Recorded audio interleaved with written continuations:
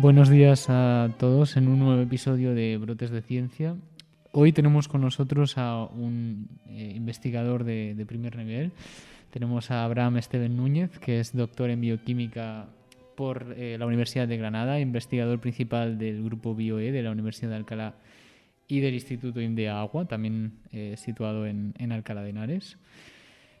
Bueno, simplemente por comentar un poco de su extenso currículo, podemos decir que ha realizado 3 estancias postdoctorales en la Universidad de Massachusetts, en Estados Unidos, y también en el Centro de Astrobiología del INTA y CSIC. Así como es autor de un gran número de publicaciones científicas, capítulos de libro, tiene patentes nacionales e internacionales, y también se ha embarcado en un proyecto empresarial del cual vamos a hablar posteriormente. Entonces, nada, simplemente agradecer a Abraham que esté hoy con nosotros. También tenemos en la mesa a Pablo Rodríguez, que nos va a estar acompañando en esta entrevista, discusión que hemos presentado hoy. Hola a todos. Bueno, pues no sé si Abraham quieres decir algo. Bueno, daros las buenas tardes y agradeceros la posibilidad de estar aquí con vosotros, tanto a Eric como a Pablo, de compartir un rato en este ambiente tan estimulante. Pues bueno, pues muchas gracias. Entonces, si queréis, vamos a empezar un poco con la entrevista y con las preguntas.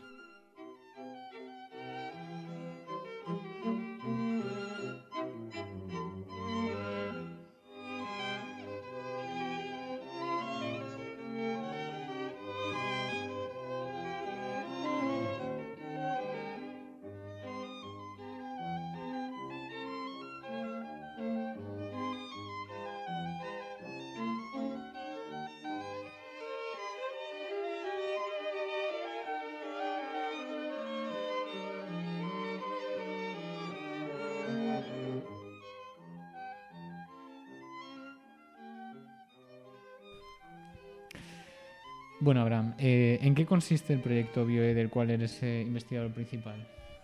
Bueno, el proyecto BioE fue un proyecto que comenzamos y fundamos en el año 2009, cuando me incorporé a la Universidad de Alcalá como Ramón y Cajal, y consiste en un proyecto multidisciplinar que busca la integración de profesionales de distintas ramas, de distintas disciplinas, para abordar de la manera más extensa posible un campo fascinante, que es el de la electromicrobiología. Es un campo que prácticamente nace al mismo tiempo que se funda el grupo de investigación, que intenta explorar la interacción entre microorganismos y materiales conductores de la electricidad, una propiedad que se descubrió a principios de este siglo. O sea, prácticamente solo tenemos 20 años de edad.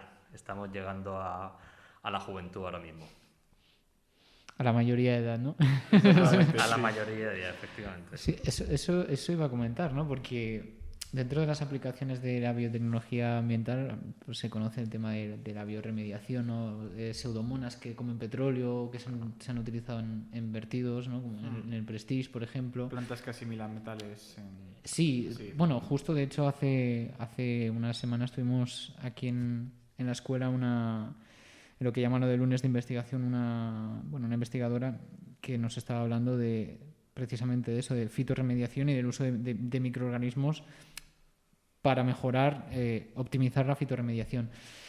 Pero este campo casi podríamos decir en el que tú investigas que sois pioneros, podríamos decir, ¿o no? Sí, bueno, yo tuve la suerte de estar en la Universidad de Massachusetts exactamente al mismo momento en que se descubrió la capacidad que tenía una bacteria que se llama Geobacter para producir corriente eléctrica.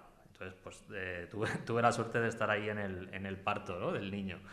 Y a partir de ahí, pues he ido acompañando al desarrollo de esta disciplina hasta lo que es hoy, ¿no? Que ya es digamos que es una disciplina madura, o al menos con cierto nivel de madurez, ¿no? No se puede comparar, evidentemente, con otras variantes de la microbiología que llevan décadas o llevan más de 100 años, pero bueno, yo creo que tenemos que estar contentos con la evolución que hemos tenido en los últimos 20 años. Pensad que cuando yo y cogí el avión para ir después de mi tesis doctoral a Massachusetts a hacer el postdoctoral, ni siquiera se concebía la posibilidad de que esto pudiera ocurrir. O sea, que estamos hablando de algo que hubiera sido ciencia ficción si nos lo hubiera dicho, no solamente a los estudiantes de ciencia en aquella época, sino a cualquier investigador. Es decir, ese tipo de elementos que uno piensa, ¿cómo será el futuro dentro de 20 años? ¿No? ¿Qué cosas ocurrirán? Pues los coches irán por el aire, nos teletransportaremos, esos juegos de futuro. En el campo de la biología ni siquiera se nos ocurría que un microorganismo pudiera producir corriente eléctrica. Entonces, claro, el arranque de la disciplina pues fue muy, muy bonito y con un montón de expectación, ¿no? En estos 20 años pues digamos que hemos fracasado científicamente en algunas de las expectativas que teníamos, pero bueno, como científicos que somos, hemos ido buscando otros elementos donde pudieran tener cabida la reacción fascinante que realmente existía, ¿no?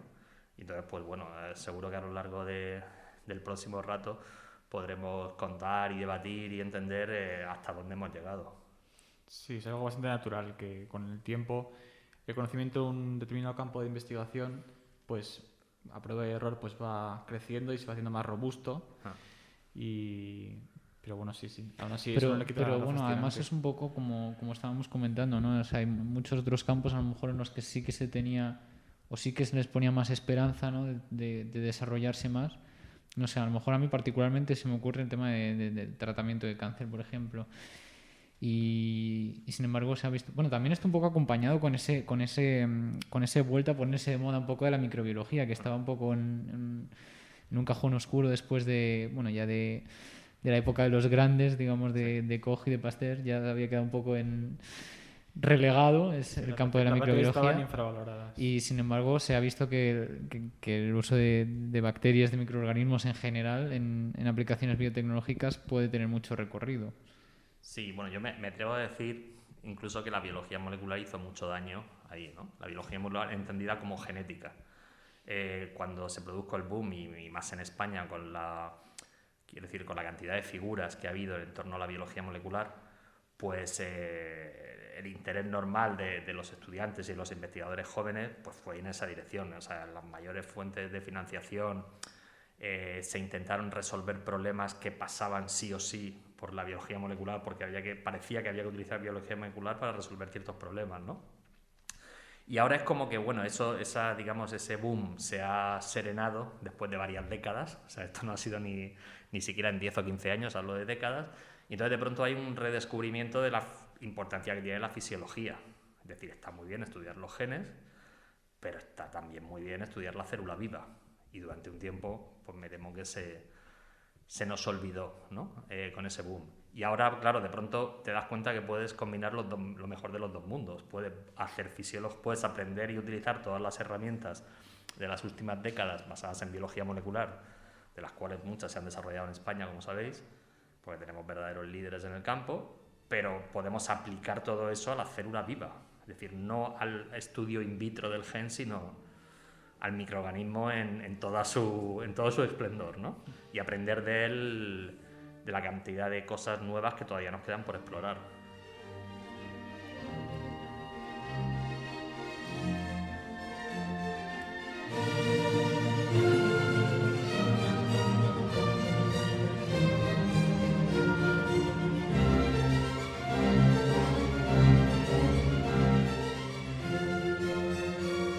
Bueno, ¿y qué tan importante es un buen aprovechamiento, ¿no? En estas aplicaciones de las que estamos hablando del uso de microorganismos como Geobacter para tratamiento de aguas residuales? ¿Qué tan importante es el buen aprovechamiento y el tratamiento del agua en un país como España, por ejemplo, donde buena parte del país tiene problemas de escasez de agua en ciertos periodos del año, sobre todo?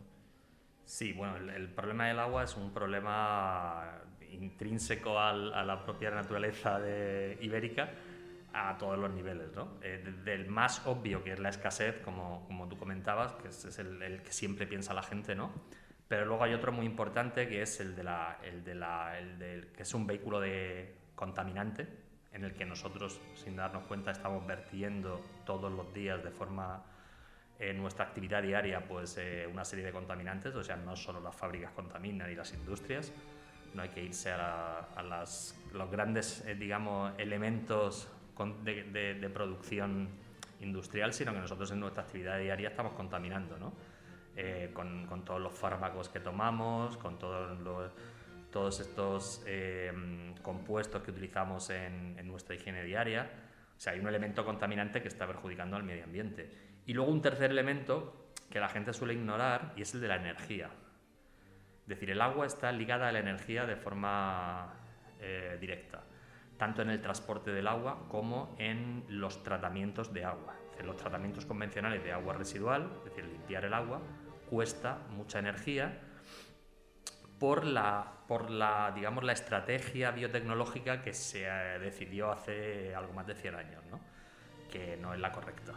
O sea, era la correcta hace 100 años y muy agradecidos a todos los ingenieros que inventaron los fangos activados, que es la tecnología convencional por la cual tú estimulas la actividad microbiológica con el suministro de oxígeno, de aire, pero bueno, pues se ha visto que tecnologías que eran óptimas y que generaban un bien a la humanidad en cuanto a salubridad, pues han pasado 100 años y los sistemas no son sostenibles desde el punto de vista energético y de tratamiento de residuos, ¿no? Entonces, en este contexto de caos absoluto, ¿vale? Desde el punto de vista biotecnológico, pues es interesante observar un poco cómo los microorganismos naturales han sido capaces de lidiar con la degradación de contaminantes a lo largo de los últimos millones de años y cómo han ido utilizando recursos energéticos, y lo que hacemos un poco es mimetizar esos sistemas que estaban ahí ocultos y aplicarlos en un contexto ingenieril, ¿no? En el caso de Geobacter, pues cuando Derek Lovely en el año 67 descubre Geobacter en un sedimento del río Potomac en Washington, cuando estaba todavía trabajando él en el Servicio Geológico Americano, lo último que podía sospechar, ¿vale?, es que eso iba a tener una aplicación en el campo de la biotecnología de algo tan alejado como el tratamiento de aguas, porque el microorganismo estaba aislado en un ambiente absolutamente natural como el sedimento de un río, ¿no? Y entonces su idea en ese momento era intentar explicar cómo las bacterias del sedimento de un ambiente natural eran capaces de respirar hierro. Entonces, ese era el enfoque, ¿no? 20 años o 30 años después se le ha dado una aplicación totalmente nueva en el momento en que ese metabolismo de millones de años y absolutamente natural se le da una pasada biotecnológica, ¿no? Con unas disciplinas que estaban absolutamente alejadas de la cabeza del investigador que descubrió eso. Entonces, esa es un poco la magia del ambiente en el que nos estamos moviendo, ¿no? Que utilizamos o desarrollamos tecnologías sostenibles para tratar aguas residuales basadas en microorganismos antiquísimos que viven en ambientes naturales.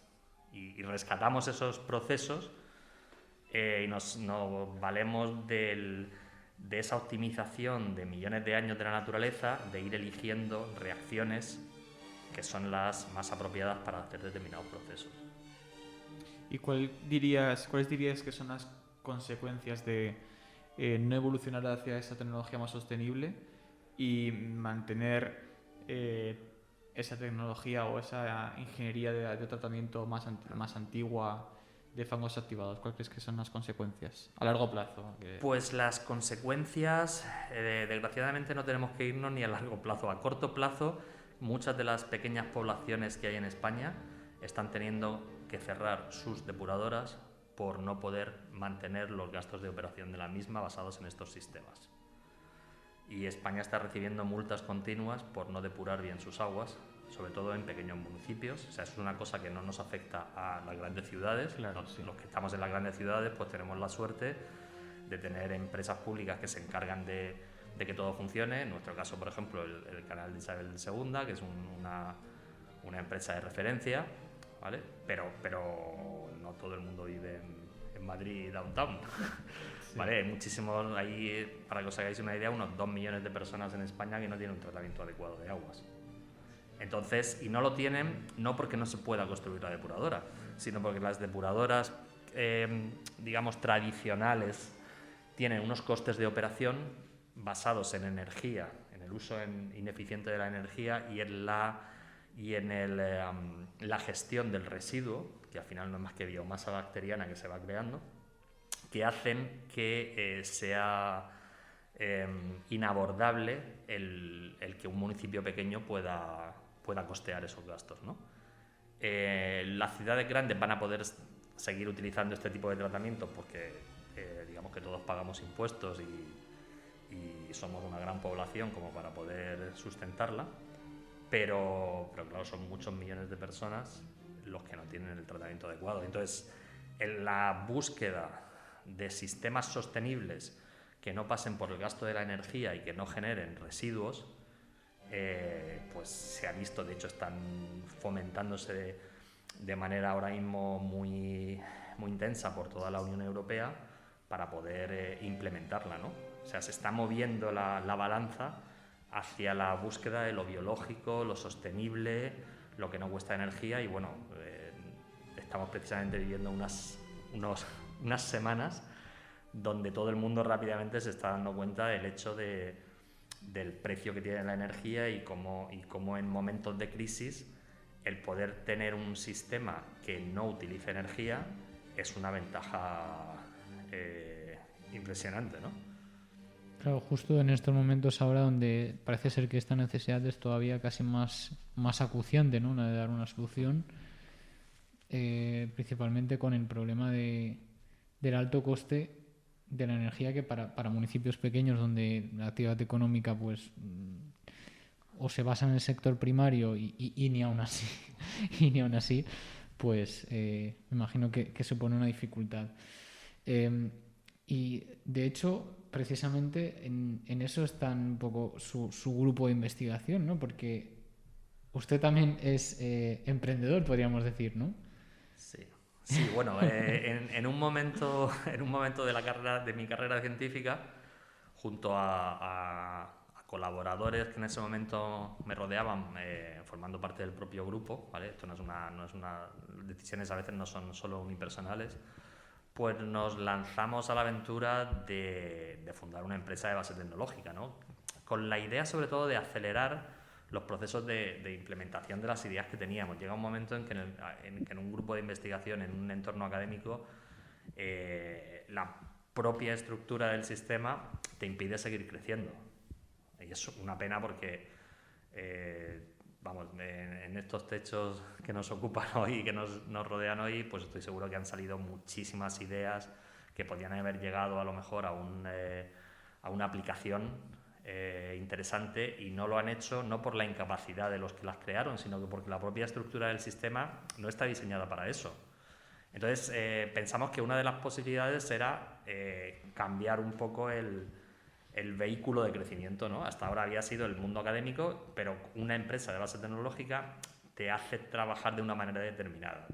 Entonces, pues bueno, la realidad es que 5 o 6 años después de la fundación de esas empresas, los productos que se generaron con ideas propias del grupo están en el mercado. Es decir, realmente no solamente hemos desarrollado aplicaciones, sino que esas aplicaciones se venden y ahora mismo pues están integradas dentro de los tratamientos de agua, o las descontaminaciones de suelo, o la monitorización del agua. O sea, que uno ve que la ciencia que ha creado realmente llega a buen puerto, ¿no? No necesariamente tiene que ser por la misma persona que la ha creado. En nuestro caso, quizá, pues hemos tenido la suerte de poder acompañar a todo el proceso. Y es una de las cosas, quizá de las características que tiene BioE, que acompaña la idea desde la prueba de concepto y la idea más primigenia que genera hasta la venta y la relación con el cliente al final, ¿no? Entonces, bueno, eso sí que creo que no es común, sobre todo en la ciencia española.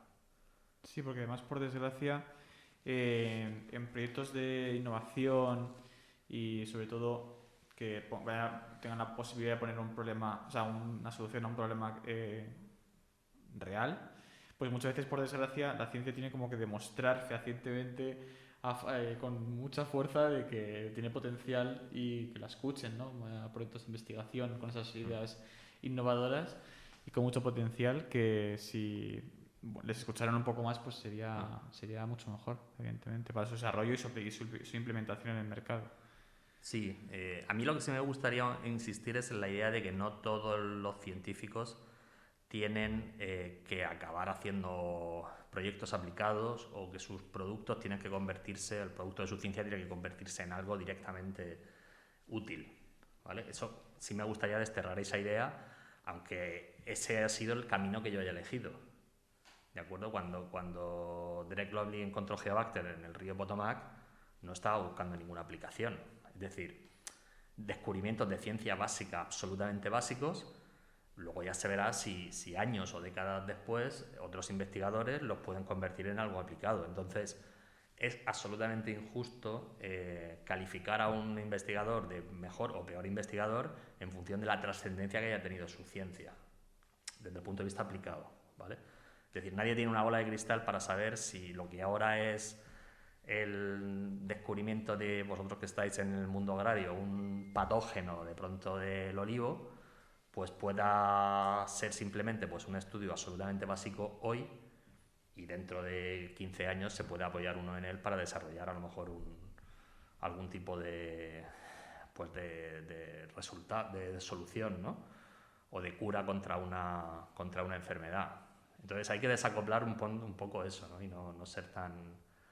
Claro, decir, o sea, bueno, es que ciencia básica y aplicaciones siempre van de la mano, ¿no? Esto es un poco como, por ejemplo, en el caso del desarrollo del CRISPR, ¿no? Que partía claro, de ciencia básica, ¿no? En las famosas salinas de Santa Pola y nuestro desdichado investigador no premiado por el Nobel, Desgraciadamente.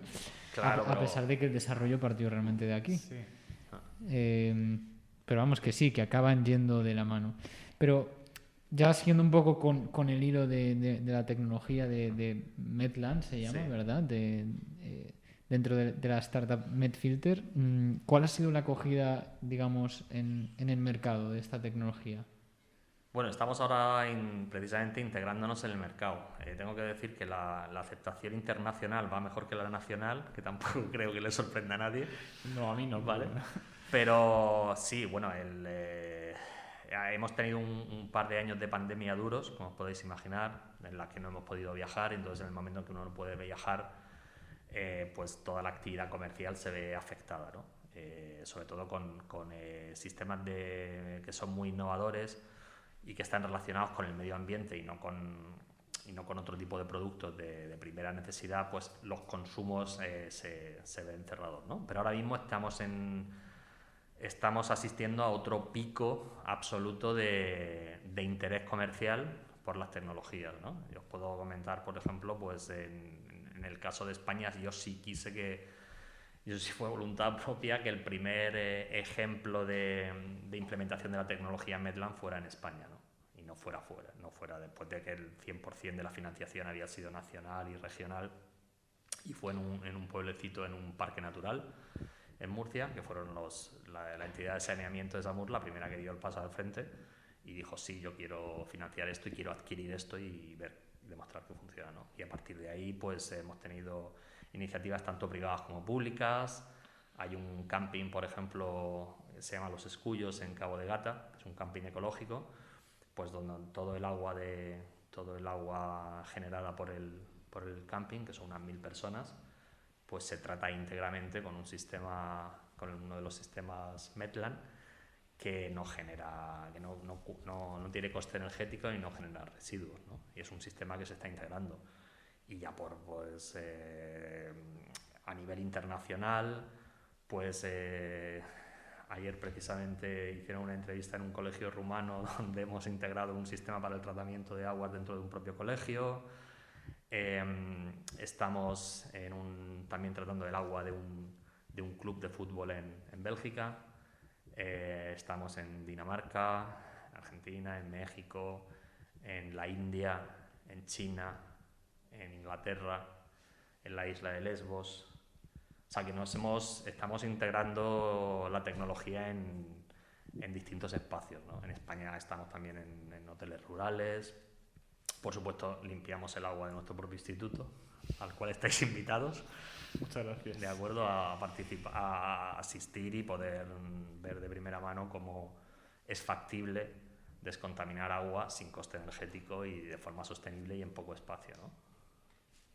¿Y por qué crees que esa tecnología con tan buenos resultados, con tanto potencial y tan sostenible, por qué crees que no tiene tanta aceptación a nivel nacional en comparación con la tecnología más tradicional que Sí, bueno, comentabas? en realidad y esto pasa con muchísimas cosas, no solamente con tecnologías de agua, la ciencia y la tecnología, y eso es una buena cosa, no solo que el ciudadano lo sepa, sino que los estudiantes de ciencias lo tengan claro. La tecnología va siempre va por delante, perdón, de las decisiones políticas de su uso. O sea, hay veces que el ciudadano dice, no se podría inventar algo que valiera para... Y tú dices, pero si está inventado desde hace 10 años. Lo que hay que hacer es tener la voluntad política de que eso se pruebe, se compre, se utilice. Entonces, a veces el mercado o el que tiene que comprar o tiene que adquirir un proceso nuevo y que es muy innovador, hay un efecto de riesgo, ¿vale? Lo que se llama en términos de emprendeduría el early adopter, y disculparme la terminología inglesa, ¿no? La primera persona que de alguna manera adquiere algo. Entonces, el romper la barrera de algo que es totalmente nuevo cuesta en todos los niveles, ¿no? Y entonces, cuando ese algo no es un producto a lo mejor de consumo personal, sino que supone una inversión, pues siempre hay elementos en la cadena de compra que dudan ante, bueno, esto no lo ha probado nadie, ¿no? Entonces eso es lo que hay que cruzar esa barrera. Hay gente, el mundo, por ejemplo, industrial, que tanto criticamos a veces los científicos, ¿no? Bastante más valiente que el mundo público a la hora de adquirir este tipo de cosas, entre otras cosas porque tiene unos problemas, ¿no? Nosotros, por ejemplo, pues validamos nuestra tecnología para la degradación o la descontaminación de aguas de refinería. Y hubo una empresa nacional del mercado de oil and gas que apostó por ella. En este caso, pues Petronor y Repsol, ¿no? Y validaron la tecnología dentro de la propia refinería y la adquirieron. Quiero decir que a veces es más fácil convencer al cliente industrial que al ciudadano medio. En ese sentido, pues desarrollamos aplicaciones para poder ir directamente dentro de fábricas que están generando efluentes contaminantes y limpiarlos y generar un agua que pueda ser vertida a los cauces naturales o al medio ambiente con garantías.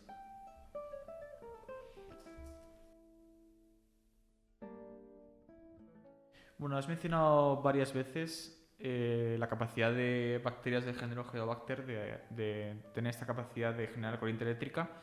Exactamente, ¿son las únicas capaces de hacerlo? ¿Es todo el género capaz de tener esta capacidad? ¿Se usan otras bacterias en este campo? ¿O... Sí, bueno, Geobacter en lo que se ha convertido es el microorganismo modelo para el estudio del concepto de la transferencia de electrones entre microorganismos y conductores de materiales conductores, ¿no? Fue la primera que se aisló y desde el punto de vista de producción de corriente eléctrica, 20 años después sigue siendo la más eficiente en esa conversión, ¿no? Y lo es porque lleva millones de años respirando hierro. Básicamente, de la misma manera que nosotros respiramos el oxígeno, pues Geobacter es capaz de transferir los electrones a óxidos de hierro a través de un proceso respiratorio. Entonces, esa capacidad que le permite dominar el subsuelo, pues es, digamos, la condición fundamental para poder luego producir corriente eléctrica en un ámbito más, digamos, artificial, ¿no? Como el uso de materiales conductores. Pero hay muchísimos otros microorganismos, ¿vale? que son capaces de desarrollar electroactividad. En el sentido, electroactividad no solo de producción de corriente eléctrica, que es en lo que normalmente nos solemos concentrar, pero justo también es la reacción contraria, que es muy interesante, es decir, alimentar a los microorganismos con corriente eléctrica, que es todavía casi más de ciencia ficción, ¿no? que los microorganismos saquen la energía para sus propios procesos vitales a través de una corriente eléctrica directa. ¿Qué podemos hacer con eso? Es decir, bueno, ya no estás generando corriente eléctrica, estás consumiendo corriente eléctrica. Sí, y en ese consumo de corriente eléctrica puedo hacer algo tan interesante como fijar CO2 y producir compuestos carbonados. Entonces puedo alimentar de energía eléctrica que venga de una fuente renovable como el sol, combinarla con CO2, que es como sabéis, una emisión de la cual que tenemos que intentar evitar, poner estos microorganismos en el mismo reactor y producir bioplásticos, producir proteína celular o generar biocombustibles. O sea, esa reacción reversa de alguna manera, que es la gran olvidada en los ámbitos de divulgación, porque todo el mundo piensa lo bueno que es producir energía eléctrica, ¿no? Pues ahora mismo ha llegado, digamos, un poco más tarde el desarrollo de estas tecnologías, pero ahora mismo está en boga, ¿no? Es decir, que podemos quitar CO2 y transformar el CO2 en algo útil, utilizando microorganismos. Sí, imagino que cualquier tecnología que consista en fijación industrial, vamos a decir, de CO2 va a tener cabida en el mercado, porque es algo que se está buscando bastante ahora mismo. Y exactamente esta capacidad de generar corriente eléctrica, ¿cómo funciona exactamente? Decías que está relacionado con la respiración del hierro, ¿no? Sí, bueno, originalmente se pensó que los microorganismos que respiraban hierro eran los que iban a producir corriente eléctrica, ¿no? Y luego nos hemos dado cuenta que en realidad hay microorganismos que no respiran hierro y que producen corriente eléctrica. Y entonces, pues durante un montón de años, todos los científicos que trabajamos en esta disciplina empezamos a preguntarnos, o sea, a intentar dar una respuesta a eso, ¿no? Hasta ahora quedaba muy bonito para contar la historia de que los que respiran hierro producen corriente, ¿vale? Ahora te encuentras bichos que están en todos los ecosistemas, que no hay hierro y producen corriente eléctrica. ¿Cómo lo explicas, no? Y en el 2014 se vino una idea que se puso encima de la mesa y que es muy interesante, y es la respiración intercelular. Perdón. ¿Qué quiere decir eso? Que los microorganismos no solo respiran lo que os enseñamos en las clases de bioquímica, es decir, el oxígeno, el nitrato, el sulfato, sino que es capaz de respirarse a otro microorganismo. Es decir, el acto de respiración deberíamos explicároslo en las aulas de una manera mucho más promiscua, ¿vale? Como un acto promiscuo de intercambio de electrones. Es decir, en el momento en que te sobran electrones, tú lo que quieres es librarte de ellos. Una forma de librarse de ellos es respirar oxígeno, ¿vale? Consumes el poder reductor para aquellos estudiantes de bioquímica que me estén escuchando y puedes seguir funcionando con tus ciclos metabólicos. Lo único que necesitamos realmente es alguien que se lleve los electrones. Si el que se lleva los electrones es simplemente el vecino, por contacto físico, estamos permitiendo un acto de respiración, de alguna manera, ¿no? Que no está muy alejado de cómo se explicamos la bioquímica, pero realmente es lo que está ocurriendo en los ecosistemas. De tal manera que existe una interconexión entre los seres vivos, sobre todo en las comunidades microbianas, y una transferencia continua de electrones entre los cuerpos celulares, ¿vale? Y eso digamos que lo sugirió un poco a lo Julio Verne, el guionista de la película Avatar, en el que hay un momento que sugiere que los hongos y las bacterias por debajo de los suelos están todos interconectados, y en la película aparecen ahí unas especies de rayos de color azul que interconectan el suelo, ¿no? Pues bueno, eso es cierto. Quiero decir, años después, en el año 2014, y yo no soy precisamente fan de la película, esa existencia o ese tipo de metabolismo pues se ha probado que funciona, y hay una cosa que se llama los cable bacteria, las bacterias cable, que son capaces de producir electricidad y generar a través de los cuerpos celulares, ¿no? ¿Eso qué quiere decir? Que si asumimos que esta promiscuidad redox está presente en todos los ecosistemas y que los bichos se pasan en los electrones de forma directa, es fácil entender que vamos a encontrar en todos los ecosistemas bacterias capaces de producir corriente eléctrica cuando las ponemos en un sistema artificial como el de un electrodo, ¿no? El de un material conductor. Y entonces un poco la historia se cierra. Es muy bonita porque la forma de explicar por qué encontramos eso a nivel biotecnológico viene otra vez de una observación de ciencia básica. Es decir, los microorganismos se intercambian electrones directos, ¿no? Y digamos, pues el conjunto de esa intertransferencia, ¿vale? Es lo que nosotros promovemos o estimulamos en nuestras aplicaciones biotecnológicas, como por ejemplo la tecnología Medland. O sea, hacemos que las comunidades microbianas que de forma natural tienen cierto nivel de promiscuidad, ¿vale? Porque aquellas que se tocan pueden intercambiarse, pues ahora las ponemos sobre una matriz conductora y podemos estimular que microorganismos que antes estaban, digamos, separados físicamente y que no pudieran interactuar, ahora a través del medio conductor sí. Un ejemplo muy claro, a los que estamos sentados en esta mesa, ahora mismo no estamos a una distancia física, un contacto físico. O sea, nos podemos comunicar por la voz, pero físicamente no nos podemos tocar, ¿no? Si la mesa fuera conductora de la electricidad, simplemente tocándola podríamos entrar en comunicación. Bueno, pues eso es lo que nosotros realmente hacemos con los Medland. De tal manera que microorganismos que están a micras de distancia, que es una distancia insalvable para una bacteria, ¿no? Micras o sea, cientos de micras, o que son como prácticamente estar en 2 barrios, pues ahora las ponemos en contacto. Y entonces metabolismos microbianos que estaban separados, ahora los pones juntos. Esa es un poco la simpleza de la estrategia que utilizamos para la tecnología Medland. Y entiendo que ese metabolismo bacteriano que se estimula con la transferencia de electrones es el que permite la depuración de los residuos, y según el residuo que escojas tienes que usar un metabolismo u otro, evidentemente. Efectivamente, o sea, al final, quiero decir, lo que subyace en cuanto al uso de la biorremediación como disciplina para descontaminar es lo mismo, es decir, unos microorganismos que utilizan su repertorio metabólico para degradar contaminantes. O sea, ahí no hemos inventado nada. Lo que sí hacemos es permitir que los elementos que forman parte de la comunidad microbiana interaccionen mucho mejor y de manera más efectiva. Es decir, yo no me estoy inventando genes nuevos y no me estoy inventando bacterias nuevas, pero ahora les estoy permitiendo intercomunicarse y compartir, al fin y al cabo, recursos. Es decir, si una bacteria para atacar, por ejemplo, un determinado grupo funcional en un contaminante, como un grupo cloro o un grupo nitro, necesita electrones, y esa bacteria no tiene el acceso a esos electrones, aunque tenga los genes y la enzima para degradar, en biorremediación convencional se va a ver limitada.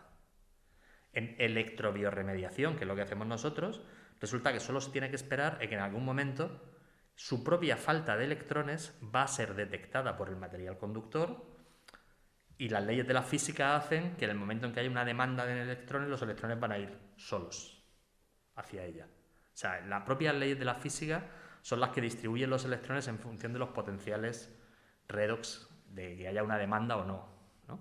En el momento en que le llegan a esa bacteria esos electrones, ya va a tener capacidad reductora para reducir un grupo nitro o un grupo cloro de un contaminante, ¿no? Y lo que hemos visto es, pues eso, que contaminantes que antes no se degradaban o lo hacían muy lentos, con la biorremediación convencional, sin haber hecho modificación genética alguna, estamos encontrando unos resultados que no nos esperábamos a nivel de eficiencia, ¿no? De eficiencia en cuanto no solamente a la cantidad de contaminante que se puede degradar por día o por hora o por minuto, por tiempo, sino en cuanto a la naturaleza de los contaminantes. O sea, hay un elemento, un conjunto de contaminantes que se llaman microcontaminantes, que están en las aguas, que generamos todos los días cada vez que vamos al cuarto de baño o a la ducha, y que son una mezcla de hormonas, antibióticos, fármacos, que las bacterias convencionales todavía no han desarrollado, digamos, las enzimas o el potencial genético para poder degradarlas, porque llevan poco tiempo sobre la faz de la Tierra, ¿no? O esa es la explicación que damos. La realidad es que cuando esos microorganismos que decimos que todavía no han adquirido esa capacidad, los pones sobre un soporte conductor como el que os estoy comentando, degradamos muchísimo más de esos compuestos. Luego, no es un problema de que falten los genes. A lo mejor lo que falta es que puedan trabajar esas comunidades microbianas en verdadera convivencia. Es decir, podamos sacar un mejor un mejor partido al trabajo de todos, ¿no? A la interconexión. Es cierto que son compuestos complicados de degradar y a lo mejor necesitas rutas metabólicas de distintos microorganismos. Claro, como esos microorganismos estaban aislados, no podían interaccionar entre sí, ahora ya sí. No sé, es como un equipo, ¿no? De deporte, no voy a decir de fútbol, ¿vale? Porque ya bastante hablamos de fútbol en este país, en el que pudieras conseguir de alguna manera una mayor interconexión entre los jugadores, que en lugar de todos aislados, ¿no? Y ese es un poco el... Entiendo que ese metabolismo también se estimula con cierta corriente eléctrica para facilitarla. O sea, vos introduces corriente eléctrica en el material conductor o no, o realmente es la corriente eléctrica que ya genera el propio microorganismo. Muy buena pregunta, depende de lo que queramos. O sea, ahora mismo estamos llegando a un nivel de lo que llamamos de domesticación del flujo de electrones, ¿no? Nos hemos puesto muy pedantes. Y podemos hacer podemos fomentar los metabolismos que queramos. Si queremos fomentar un metabolismo oxidativo, lo que tenemos que crear es como trampas de electrones a lo largo de la matriz conductora, donde los electrones vayan allí y se consuman, ¿no? O sea, es como como hacer un vacío y tirar de ellos. Si lo que queremos es que que los microorganismos tengan un exceso de electrones para poder hacer determinadas reacciones, por ejemplo, producir hidrógeno, por ejemplo, producir biogás, por ejemplo, pues eliminar cloroaromáticos, por ejemplo, pesticidas. Entonces podemos suministrar nosotros los electrones de forma artificial con corriente. O sea, podemos jugar un poco, ¿no? En función de lo que se necesite. Por ejemplo, podemos eliminar nitratos, que es uno de los contaminantes que ahora mismo hay en gran parte del subsuelo español, asociado sobre todo al mal uso de los fertilizantes y a los purines del ganado, ¿no? Toda la costa española, sobre todo la mediterránea, la que no está contaminada por purines, está contaminada por el exceso de fertilizantes, ¿no? Entonces tú, para reducir y eliminar el nitrato, necesitas electrones, y esos electrones los puedes suministrar ahora con corriente eléctrica. Qué bueno, qué bueno. Y comentabas también que, aparte de esta tecnología que desarrolláis sobre depuración de aguas, esta capacidad de transferencia de electrones entre bacterias también se puede desarrollar a otras tecnologías, ¿no? Como de biosensores también. Efectivamente. En realidad, esto salió casi de un fracaso, ¿no? Te diría que casi una década intentamos que esa corriente eléctrica que generábamos se pudiera convertir en una fuente de energía útil. Y porque en el agua, digamos, la energía química que hay en los contaminantes prácticamente es como 10 veces la energía que se necesita para tratar el agua. Es decir, podríamos limpiar el agua y sacar energía, ¿no? Eso es lo que nos dice la termodinámica. La realidad de una década de trabajo es que no hemos sido capaces de generar aplicaciones industriales para generar potencia, es decir, energía a partir de los contaminantes que hay en el agua, para poder ser competitivos con otras tecnologías renovables que están en el mercado, ¿no? Pero en el proceso nos dimos cuenta que esa corriente eléctrica que generan los microorganismos, aunque no te valga para encender una lavadora, ¿vale? Nos está informando de alguna manera en tiempo real de la actividad metabólica que tiene el microorganismo. Y esos electrones que genera la bacteria vienen de lo que está comiendo, de lo que está biodegradando.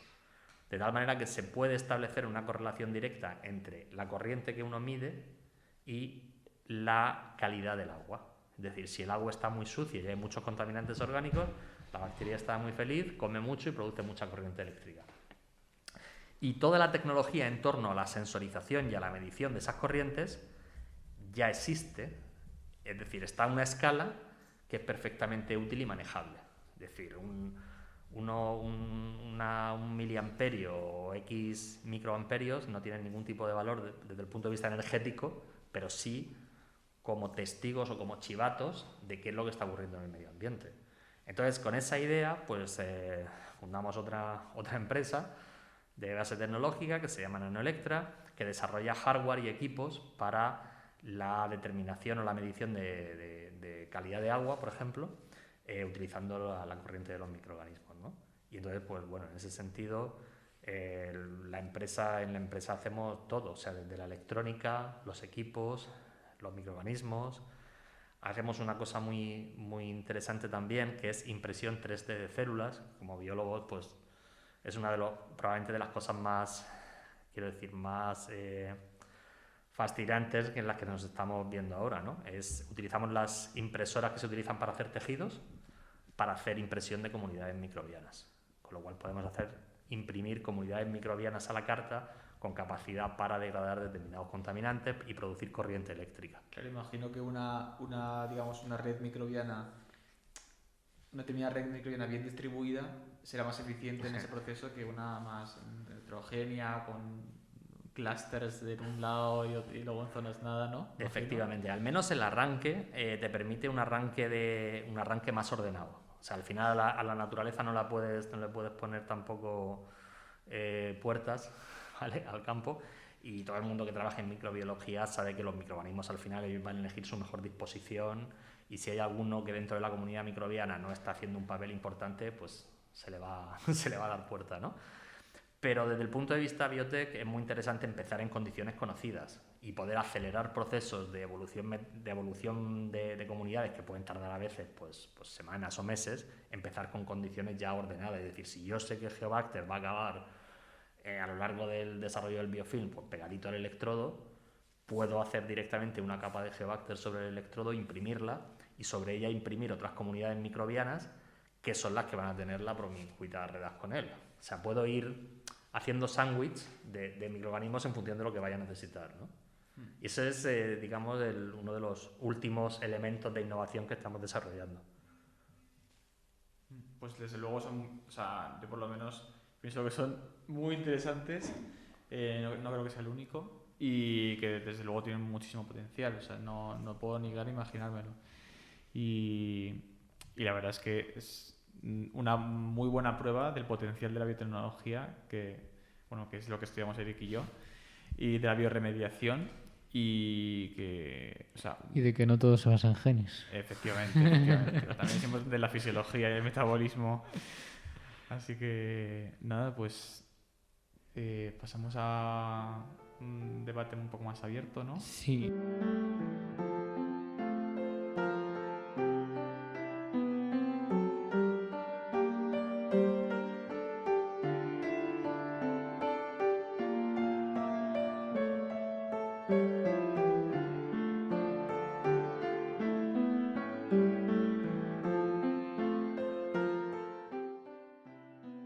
Bueno, pues justamente es que estábamos hablando aquí un poco, ¿cómo se dice? Off sound.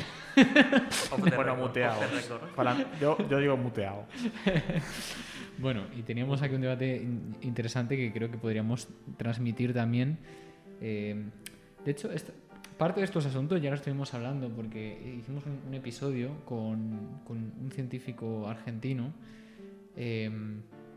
Y parte de esto ya lo estuvimos hablando en ese episodio, donde hablábamos un poco, digamos, de la capacidad hispana, si se quiere, de hacer ciencia y tecnología, ¿no? Porque parece ser que arrastramos quizás el mito, digamos, oscurantista, como que es la palabra que he utilizado antes, sobre la incapacidad quizás propia, ¿no? de hacer algo, de inventar algo, ¿no? y de hacer algo más que se salga más allá de, no sé, del fútbol o de los toros, no sé. Entonces, bueno, estábamos teniendo este debate y era muy agradable escuchar un poco la experiencia de Abraham y lo que nos podía contar sobre este asunto, porque él además es un ejemplo que esto no es así.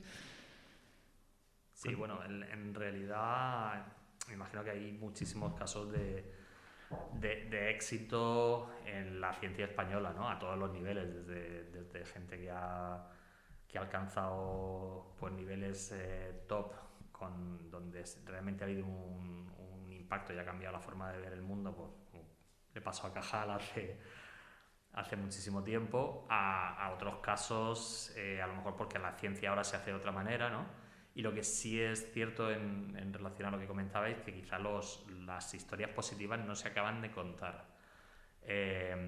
Y cuando se cuentan, curiosamente lo que despiertan es una mirada de sorpresa, ¿no?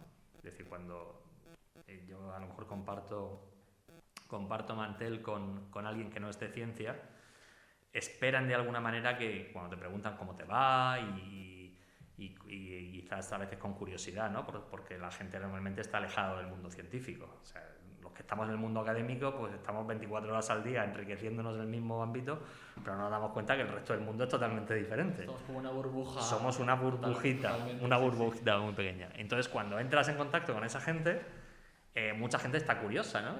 Tiene mucha curiosidad por ver que esa rara avis, que es un científico, que dice, cómo se mueve, qué opina. Y cuando empiezas a contar, no te estás quejando, se sorprenden como diciendo, no, yo esperaba que el discurso iba a ser derrotista y negativista. Me va muy mal, en este país no se puede, no hay inversión, y esperan casi eso, ¿no? Y cuando te ven que dices, pues no, la verdad es que a mí me va muy bien. O sea, no tengo ningún problema, no he tenido problema para desarrollar ciencia en este país, no he tenido problema para tener un grupo de investigación. Ya hemos superado 2 crisis, empezamos con la del 2009 y ya hemos superado la segunda, que es la de la pandemia, no sabemos si vendrá alguna más. Y, hombre, que nos podía a lo mejor ir mejor, pero vamos, que hundirnos no nos hemos hundido y la gente sigue trabajando y seguimos investigando, en cada uno pues en función de sus deseos, ¿no? Y de sus capacidades y también de la suerte que haya podido tener, ¿no? La suerte es fundamental también. Pero yo creo que son historias, o debemos todos intentar ir en esa dirección.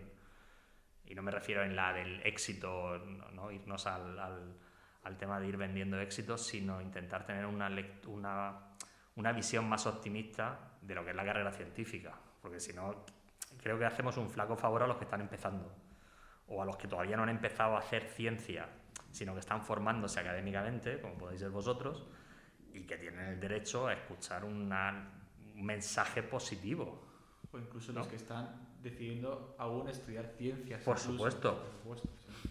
Por supuesto. Yo mando un mensaje aquí a mi hija adolescente, que ya la tengo perdida para el estudio de la ciencia experimental, pero entendiendo la ciencia como algo más amplio, que no solamente ciencia experimental, que a veces somos también un poco cerrados, ¿no? Hablamos de la ciencia y nos olvidamos de que la ciencia puede ser otra cosa. Hay también unas ciencias, están las ciencias sociales, están las ciencias económicas, ¿vale? Y dar un mensaje más optimista, de decir, oye, que se puede hacer, se puede desarrollar un trabajo intelectual sin tener que ir pidiendo perdón por haberlo hecho, me refiero, ¿no? Ir con la cabeza gacha. Y bueno, yo creo que en eso la divulgación y la comunicación es fundamental. O sea, el comunicar no solamente los casos positivos, no se trata de buscar modelos solamente, creo que debe ser algo más profundo, es decir, cambiar totalmente y de forma radical la forma en la que comunicamos qué es lo que hacemos, ¿no? Para poder educar mejor y porque la gente se acerque más al conocimiento y a la ciencia, para hacerse también más libres y tener más criterio a la hora de tomar decisiones y de decidir si lo que está escuchando en un podcast como el vuestro o en una entrevista de televisión merece ser escuchado o es una pamplina, ¿no? Entonces... Sí, a mí desde luego la sensación que me da es que efectivamente la gente tiene una mala impresión de la ciencia española cuando no es muy difícil encontrar iniciativas españolas como la tuya, que son potencia a nivel mundial, es un número 1, pero efectivamente sí que tenemos una debilidad evidente a nivel motivacional, educativo, divulgativo, que no es que la gente no conoce esta parte no solo de la ciencia española, sino de toda la investigación y esta capacidad que tenemos, ¿no? Y sí, a veces es un poco triste ver cómo la gente se sorprende de ver que lo que se está desarrollando, descubriendo y consiguiendo aquí en este país, claro. Yo pondría aquí las palabras del filósofo hispano, de origen hispano, Spinoza, que decía de lo de ni reír ni llorar, sino comprender. Yo creo que es lo mejor. Pero y ya prácticamente para terminar, ¿nos podrías hablar también un poco de cómo es, o digamos, ya que estamos hablando de este tema, la investigación española y la ciencia que se hace aquí en España y las aplicaciones tecnológicas, evidentemente, que se derivan de ello en el campo del que estamos hablando, es decir, en el del tratamiento del agua? Bueno, si hablamos digamos, en la ingeniería de aguas o en la ciencia que hay detrás del agua, España es sin duda alguna uno de los no voy a decir de los países punteros, sino que en muchas de las disciplinas concretas es ahora mismo absolutamente la potencia mundial en desarrollo de determinadas aplicaciones, ¿no? Entonces, pues volviendo un poco al comentario de antes, es muy triste que todo el mundo esté orgulloso de la cantera que tiene el Barça y no se den cuenta de que España es el país con mayor desarrollo ingenieril, por ejemplo, en desaladoras, con un potencial de instalación de ingeniería de aguas. Estamos solucionando los problemas de aguas en Arabia Saudí, en Estados Unidos, en California, en Asia, en el resto de Europa, por supuesto. Entonces deberíamos, quiero decir, esos deberían ser los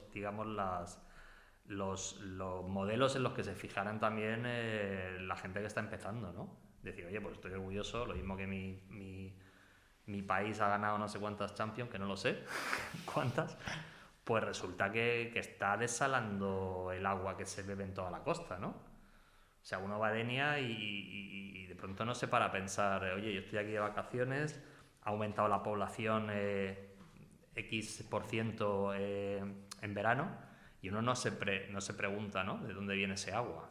Y entonces, pues a lo mejor debería tener el criterio de preguntarse, oye, y de todo este agua que nos estamos viviendo en una zona en la que no hay agua, ¿de dónde viene?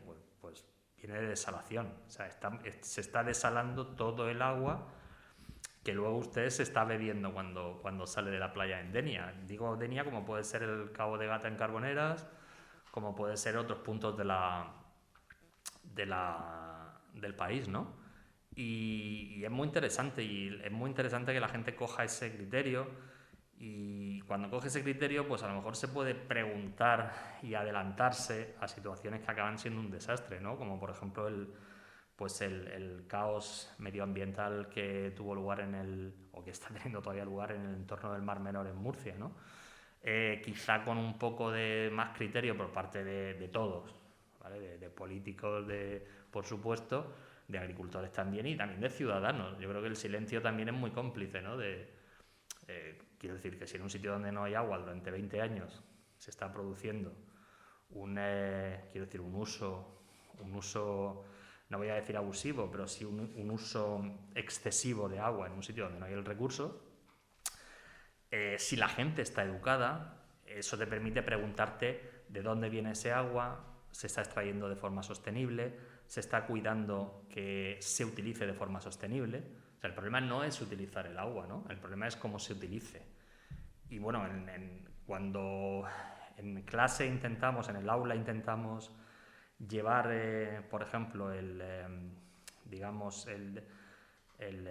explorar qué es lo que hay alrededor de estos desastres naturales y va guiando a los estudiantes, ellos mismos acaban dando con las soluciones. Es decir, cuando los vas educando, ellos mismos se plantean decir, oye, pues esto era más evidente de lo que parecía, ¿no? Y lo que te da la llave para darte cuenta de que una cosa funciona o no funciona, al final es la educación, ¿no? La educación científica, sobre todo en estos ámbitos en los que nos movemos, ¿no? En otros ámbitos pues será la educación social, la educación política, el saber de leyes, pero yo creo que no sé qué opinará Belén, que está muy callada esta tarde, pero sobre el tema, pero es cierto que la inversión en educación al final nos hace ciudadanos con una capacidad mayor a la hora de tomar decisiones y de plantearnos si esto que estamos viendo es cierto o no es cierto, ¿no? Y cambiar de alguna manera el futuro o el presente. Sí, yo muchas veces me pregunto, la mejora exponencial que tendría la sociedad española con un poco más de educación científica, este tipo de educación tan necesaria, es que yo creo que es totalmente necesaria y no se está llevando muy bien a cabo. Y sí, me parece que es fundamental, sinceramente. Y una pregunta para vosotros. Yo puedo preguntar también, ¿no? Sí, todo el mundo. dentro del... Es que es mi primer podcast, entonces estoy bien. ilusionado.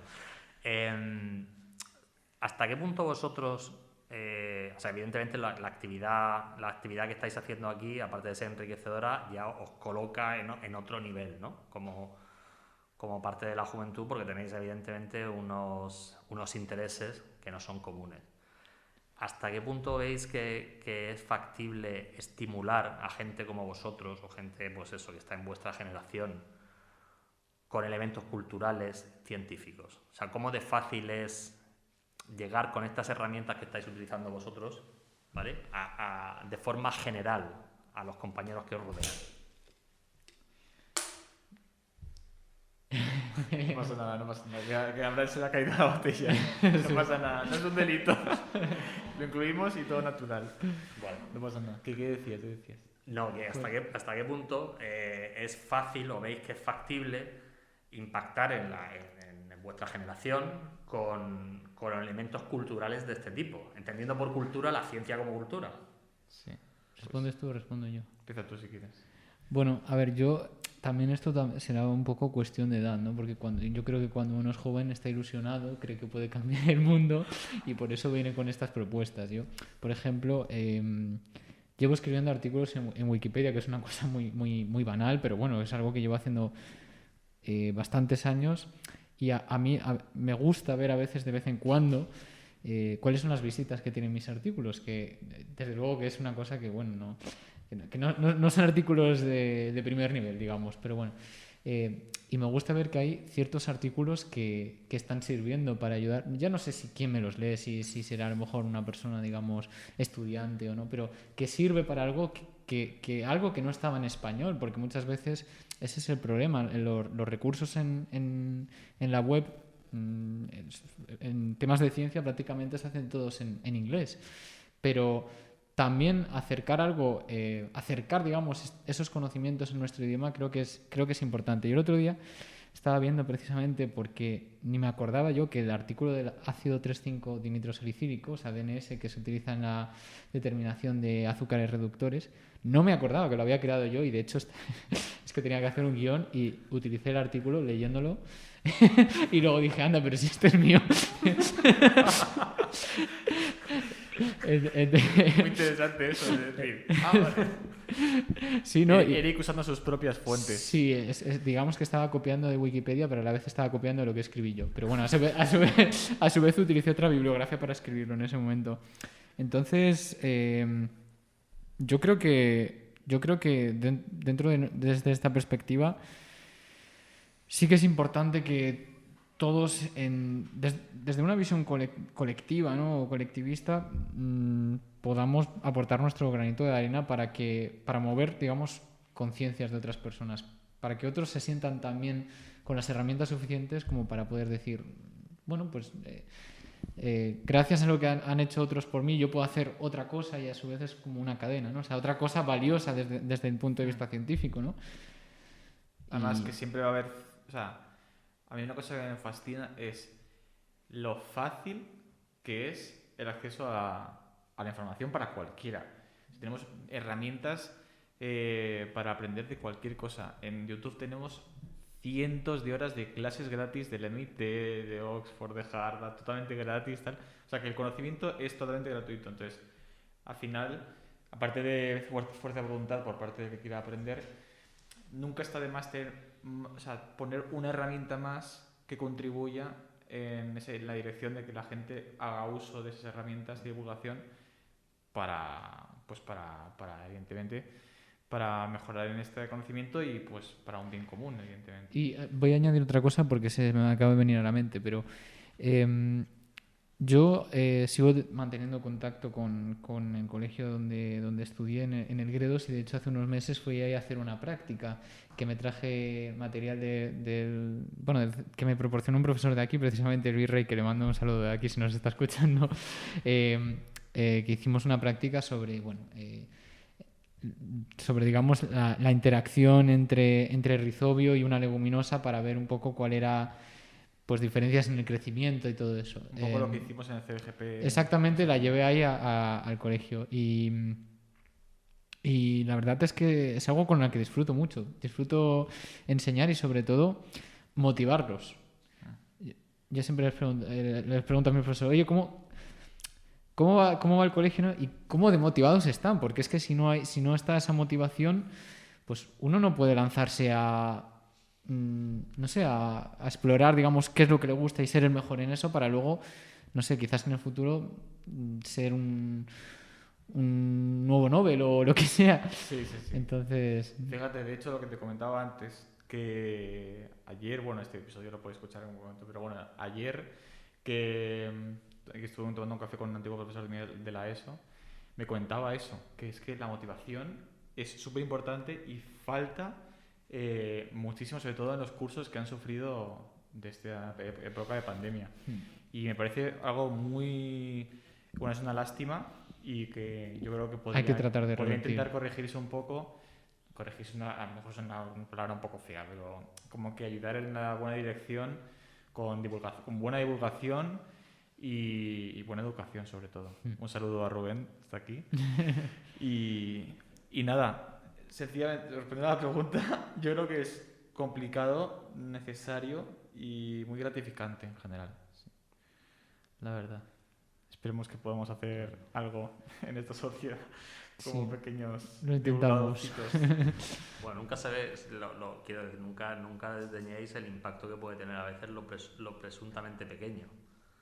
Es decir, que podéis cambiar la vida de personas simplemente porque en un momento dado comentarios vuestros o programas vuestros podrían haber reconducido carreras, vocaciones.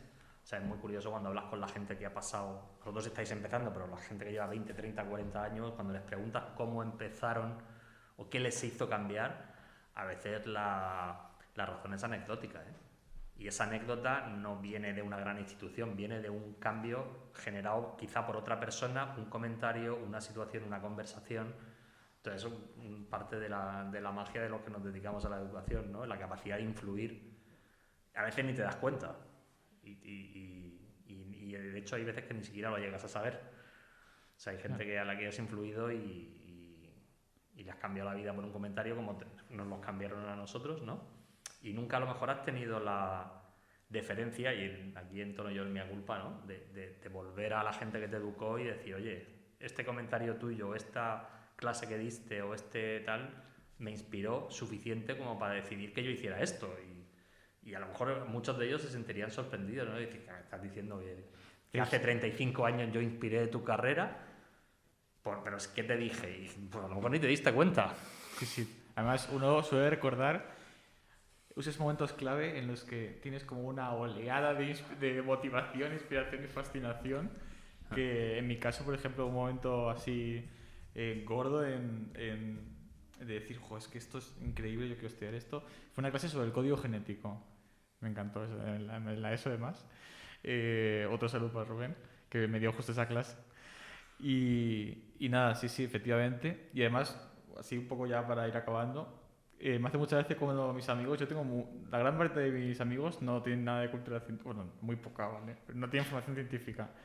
Y me gusta mucho cuando me recuerdan, ¿no? Y, joder, es que cuando me sueltas el rollo sobre esto o lo otro, al final me ayuda a comprender muchísimas cosas y me acuerdo de ti cuando veo, yo que sé, a lo mejor que el aceite se repele del agua o así, cosas así. Entonces, a mí me gusta también mucho hablar con algunos de mis compañeros de estos temas porque hay gente que le tienes que volver a explicar un poco qué es una proteína. Sí, totalmente. Pero bueno. Pero la proteína es carne, ¿no? Pero bueno, lo haces y... Sí, encantado siempre. Bueno, pues no sé si hay algún comentario así más previo a cerrar. No, yo ha quedado muy bien. Agradecimiento. Sí, no, la verdad es que ha salido un episodio muy completo y muy interesante, de hecho. Así que yo la verdad es que lo he disfrutado mucho. Igual agradecer a Abraham que esté aquí, que se haya desplazado desde Alcalá, y las puertas de este podcast y de esta escuela siempre están abiertas. Como ya has visto, también tienes aquí compañeros y amigos.